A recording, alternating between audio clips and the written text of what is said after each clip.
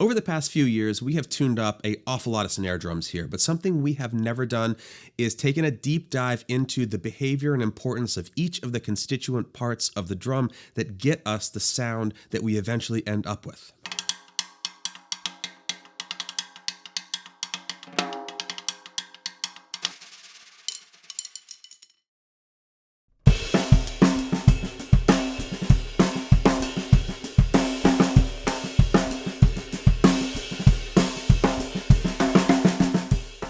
For today, we're setting aside things like shell size, diameter, lug count, any of that stuff. We are talking specifically about the parts that we are affecting to get the sound we're looking for.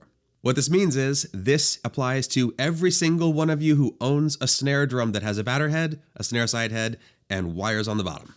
We're going to talk about some things today that may on face seem obvious, but it's really alarming how much drummers out there don't know this stuff that we're going to go over today, because it's not intuitive to dive into these parts separate from each other. We're so used to just hitting a drum and hearing all of this at once that it seems like a lot and it makes tuning very hard, but we're going to break it down today into the smallest parts we can and make sure that each of these things makes sense by the end. We're going to build our snare sound today from the ground up, starting with just the batter head on the shell, nothing else.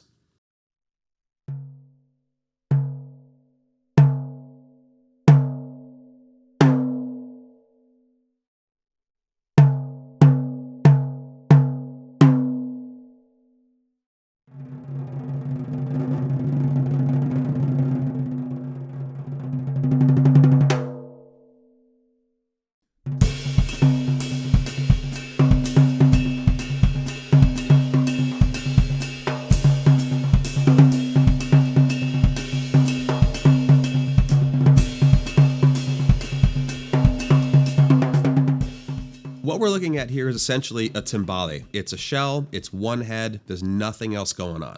We've chosen a specific tuning for this batter head that we're going to stick with all the way to the end so that you can hear how the fundamental sound of it changes as we start to add the other parts.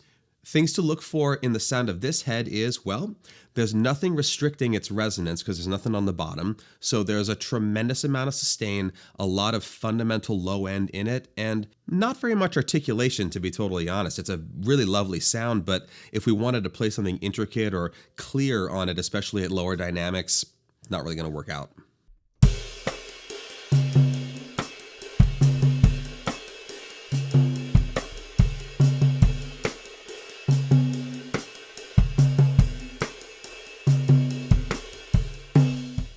The big thing that we're hearing in this is that low fundamental right in the center. It sounds similar to a concert tom tuned in this range as well, and this is the sort of thing that you're going to expect when there's nothing else to restrict the airflow when we strike this drum and send that column of air out through the bottom of it.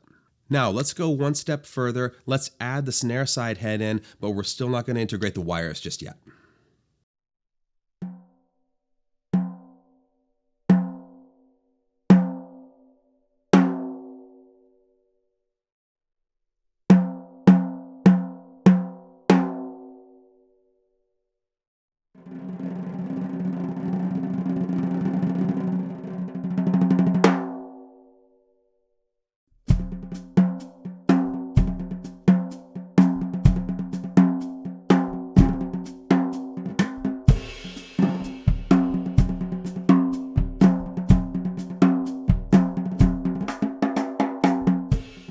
This has changed the tone pretty dramatically. Again, the tension and the pitch of the batter head on its own are the same as they were before, but the perception of the sound of the drum now significantly different. Let's do a quick back-to-back comparison so we can hear exactly what's changing here.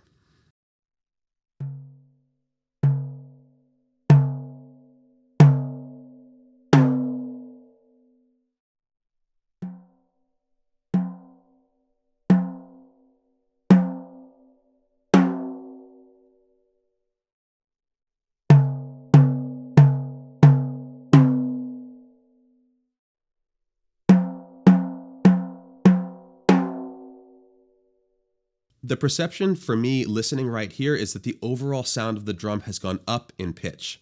Now, this is a bit of a complicated subject, and we've tackled this in the past in some previous videos, because when you have two heads on a drum, you're dealing with the pitch and tension of the batter, the pitch and tension of the reso, and then a third pitch that comes out of the interaction of those two heads. We're going to set aside that math and science for now and just talk about what we're hearing out of this drum.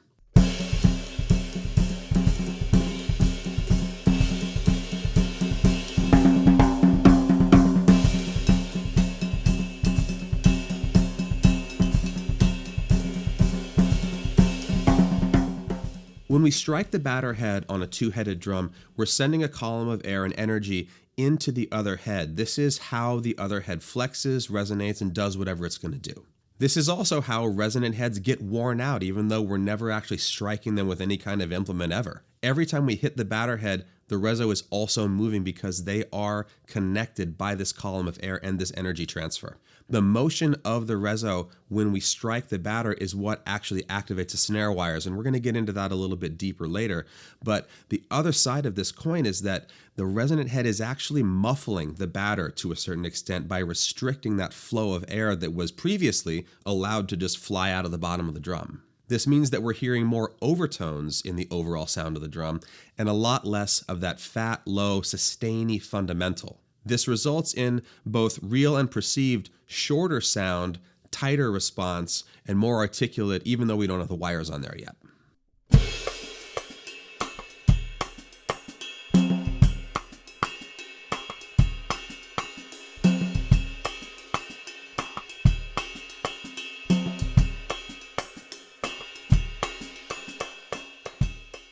Additionally, the energy and the sound getting reflected back up through the batter head is giving me a more articulate feel on the top of the drum, whereas before, the batter head by itself felt kind of sluggish at this very tension, and by adding this other membrane on the bottom and them working together, it feels a lot more articulate with the sticks just by virtue of how that is interacting. The resonant head is literally restricting the motion of the batter by stopping that flow of air, which is what is giving me this perceived sense of more articulate feel and a little bit stiffer of a feel on the batter head when I hit it with the sticks. If you've ever had the opportunity to hit concert toms with no bottom heads and then move right over to standard double-headed toms, you'll know the difference in this feel. It's surprisingly dramatic even at the same tension. Now, the pièce de résistance, we are finally going to bring in the snare wires.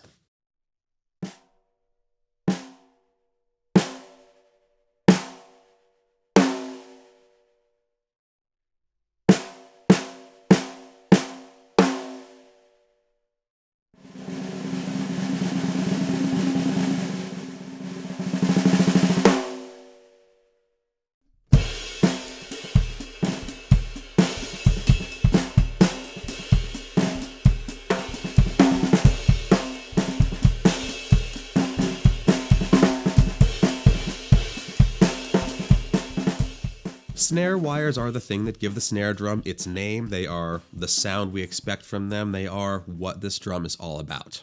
Interestingly, an awful lot of people don't really know what they're hearing when the snare wires are getting activated by striking the drum. When you hit the batter head and transfer energy to the resonant head, the head flexes, throwing the wires away from the head before they slam back into the head because of the tension that they're under from the mechanism. If you've ever seen one of those little devices that has 5 little hanging metal balls and you pull one up on one end and drop it and it hits the rest and they swing, it's very much like this. It's direct energy transfer and then an opposite reaction coming back in.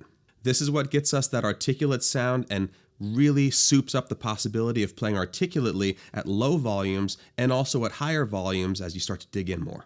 This also explains why over-tensioning the snare wires will start to give us worse snare response because they can't move away from the head, which means that they can't do the snap back onto the head and get us that articulation. On the other end of the spectrum, if they're too loose, the head can't actually get them away quick enough for them to do anything articulate, and you end up with a pillowy sound that under some circumstances is all right, but can often be a little too muddy.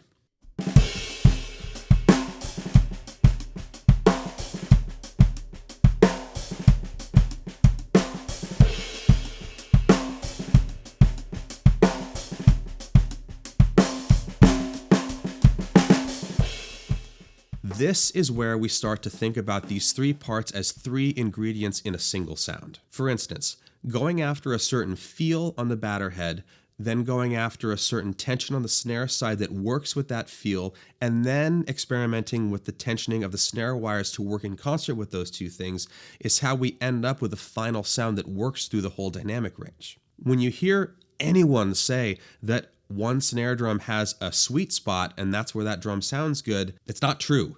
There are lots of sweet spots in every single snare drum. I know it to be true. Every drum we have here has tons of great tuning arrangements, but it's not about changing one thing. You have to think about all of them and how they're interacting all the time. A great example is if you want a bigger sound out of the drum with more sustain out of the wires, you can't just loosen the wires. You have to consider the possibility that slightly looser wires also need a slightly lower tension on the snare side head. Conversely, if you tune your drum very low but you want to have quicker snare response, you may need to raise the tension of both the wires and the snare side head, and maybe end up having to use a little bit of muffling on the batter to counteract the consequences of that.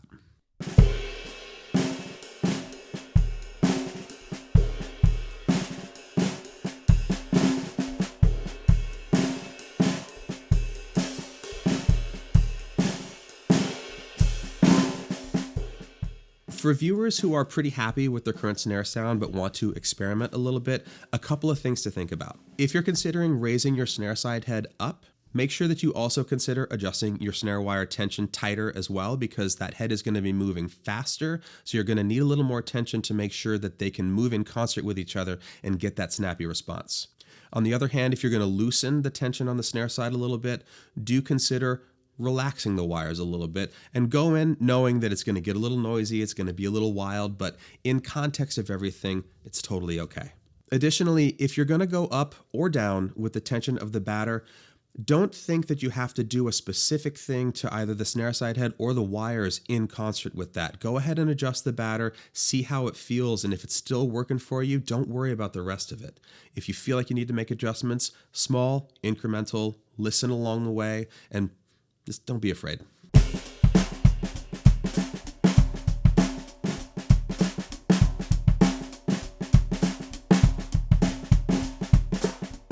There's an elephant in the room that we need to talk about here with regards to the wires, and it is this. If we set aside the idea of calling them snare wires and just told you to stretch something all the way across the resonant head of any of your drums, what would you call that?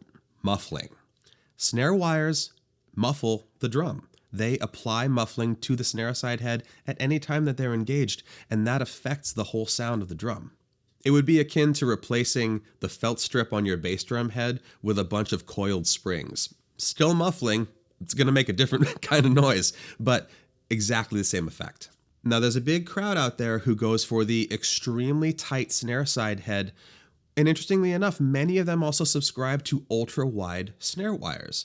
Now, when we have gone down the road of the totally reefed snare side head, we discovered that it makes a tremendous amount of wild overtones come flying out of the drum all the time. So it stands to reason that you would then want to put extremely wide wires on the bottom to try to muffle some of that craziness out and bring it all back. Now, if that sound works for you, again, we are not against any sound or any choices here at all, but it is worth noting again that that's another one of those prescriptions rather than a method to get a sound that can get into boxing you in and get you away from other possibilities that frankly could be super cool. On the other hand, if you don't subscribe to the prescription of tabletop tight snare side head and are open to all the possibilities, then that means you can consider a huge range of tuning, a huge range of snare wire possibilities, and a huge range of interactions between those two that can get you, again, a gazillion sweet spots out of whatever snare drum you're using, no matter the price point or what it's made of or how many lugs it has, doesn't matter.